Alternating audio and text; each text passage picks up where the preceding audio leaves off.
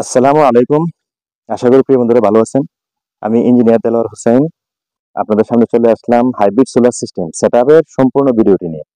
আজকে এই ভিডিওর মাধ্যমে আপনারা জানতে পারবেন কিভাবে আমরা হাইব্রিড সোলার সিস্টেম সেটআপ করে থাকি এবং আপনি সার্ভিসে কি কি সুবিধাগুলো পাচ্ছেন।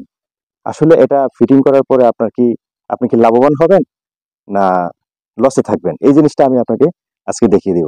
তাহলে চলুন আমি ধাপে ধাপে সবগুলাই সেটআপ আপনাদেরকে দেখিয়ে দিচ্ছি এবং যতটুকু সম্ভব আমি বুঝিয়ে দিচ্ছি। এর মধ্যে কারো যদি প্রশ্ন থাকে আপনি কমেন্ট করতে পারবেন, ঠিক আছে? আর আমি আসবো এই ব্যাপারে যত প্রশ্ন আছে করতে পারবেন, আমি আপনাদেরকে উত্তর দিব। তো চলুন আমি জিনিসটা দেখে দিই, পাশে থাকুন। এই যে দেখেন আমরা এখানে 500 ওয়াটের প্রত্যেকটা প্যানেল, যেটা ভোল্টেজ ক্যাপাসিটি 48 থেকে 52 ভোল্ট, এই প্যানেলগুলো আমরা 6টা প্যানেল আমরা বসিয়ে দিলাম এখানে।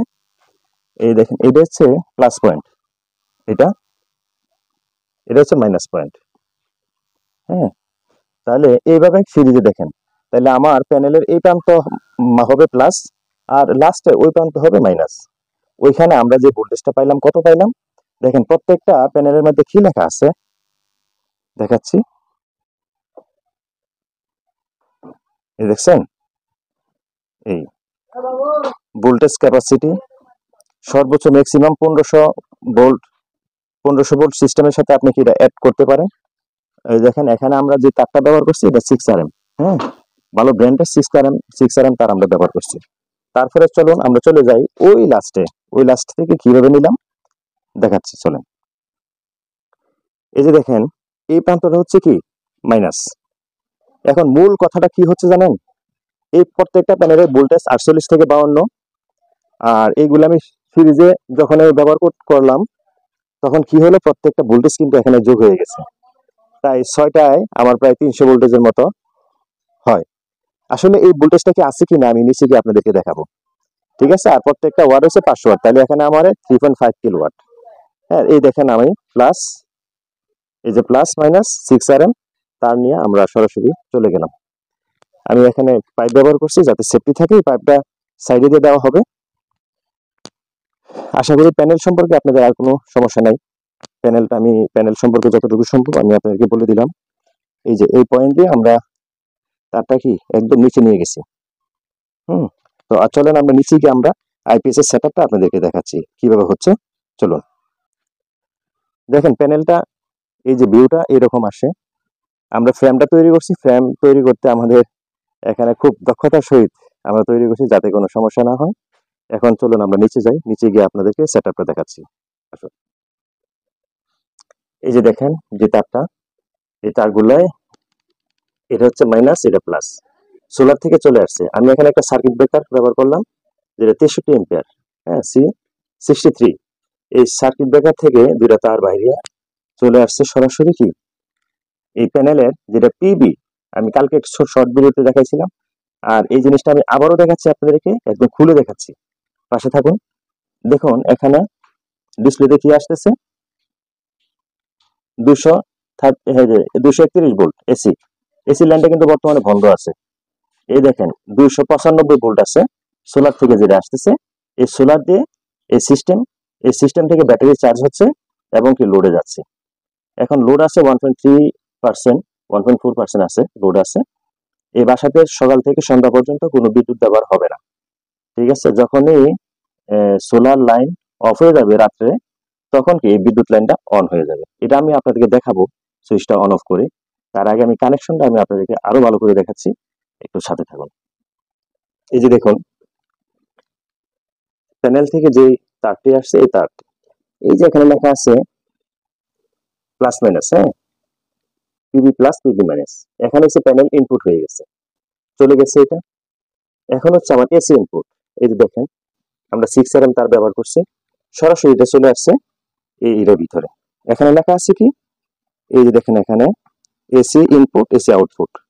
হ্যাঁ, এখানে দুইটা টার্মিনাল আছে। আমরা এখানে এসি ইনপুট লাইনের জায়গায় লাইন, নিউট্রালের জায়গায় নিউট্রাল, আবার আউটপুট নিউট্রাল ইনপুট নিউট্রালের সাথে আমরা জয়েন করে দিচ্ছি। এখানে হলুদ একটা তার আছে, আউটপুট থেকে আমরা নিয়ে গেছি। আউটপুট থেকে নিয়ে সরাসরি দেখেন এই যে আমরা লোডে কানেকশন করে দিলাম। এটাতে চলে গেছে বাসা, এই যে হলুদ তারটা লোডে চলে গেছে। আর এখানে যে ব্যাটারিটা আছে, এই লিথিয়াম ব্যাটারি, এই ব্যাটারি থেকে মাইনাস পয়েন্ট, এটা হচ্ছে কি প্লাস পয়েন্ট। এই প্লাস পয়েন্টের টার্মিনালটা আমরা সরাসরি ওই যে ব্যাটারি দেখেন নিচে লেখা আছে মাইনাস প্লাস, এখানে মাইনাসের জায়গায় মাইনাস, প্লাসের জায়গায় প্লাস আমরা সেট আপ করে দিলাম। আর এই যে এখানে ব্যাটারি যে লেভেলটা দেখাচ্ছে ফুল, ঠিক আছে, এই যে রান আছে, অন অফ সুইচ আছে।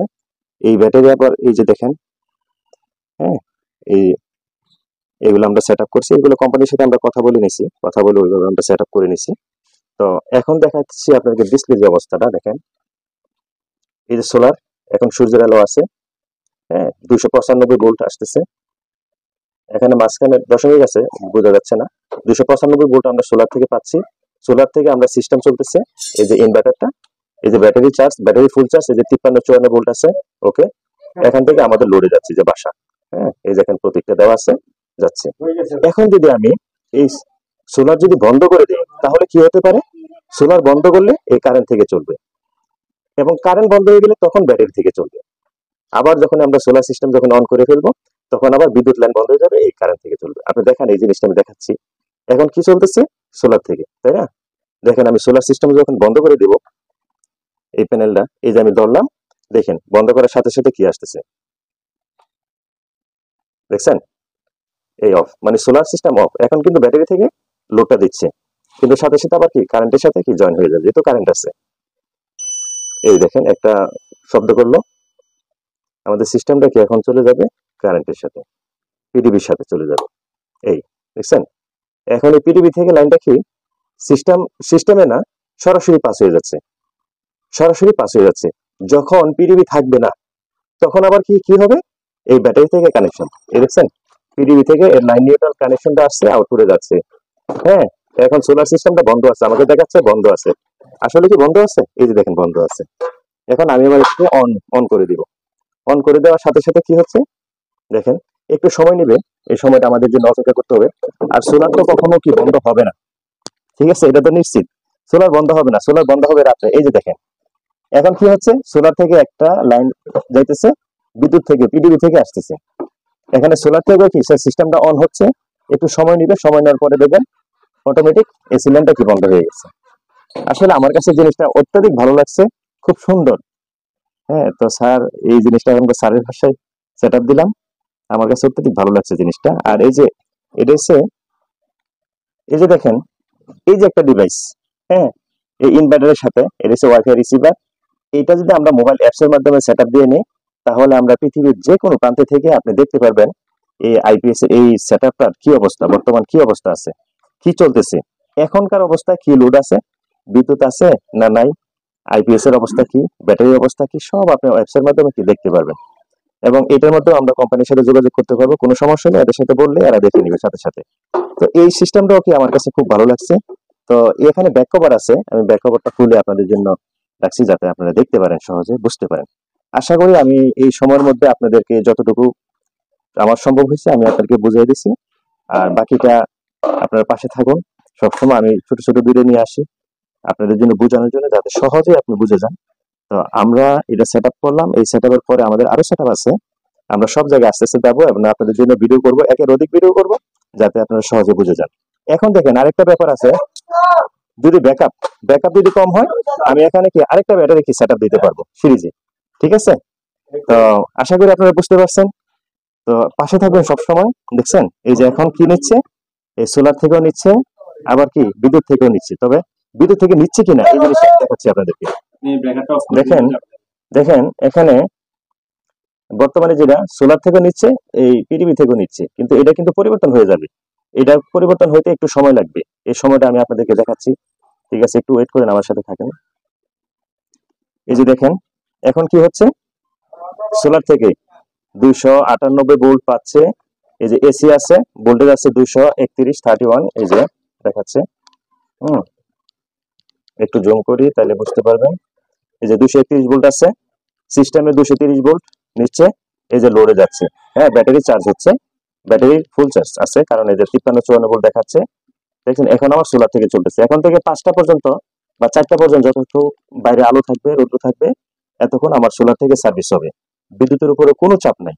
তো এই সিস্টেমের মাধ্যমে আমরা এটা বুঝতে পারি যে আসলে এই সিস্টেমটা যদি আমরা সেট আপ নেই তাহলে বিদ্যুতের উপরে কোনো চাপ নাই, সকাল থেকে সন্ধ্যা পর্যন্ত আপনার বাসা সম্পূর্ণ কি সোলারে চলবে।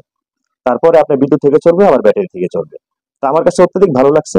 আপনাদের কাছে যদি ভালো লেগে থাকে তাহলে আমার ভিডিওটি শেয়ার করুন, ঠিক আছে, টাইমলাইনে রেখে দিন আপনাদের পাশে, সবার সাথে শেয়ার করুন, সবাই যাতে বুঝতে পারে এই সিস্টেমগুলোর ব্যাপারে। তাহলে আমরা কি এনার্জি সেভ যে জিনিসটা আছে এটা আমরা কাজ করতে পারবো এই জিনিসটা নিয়ে।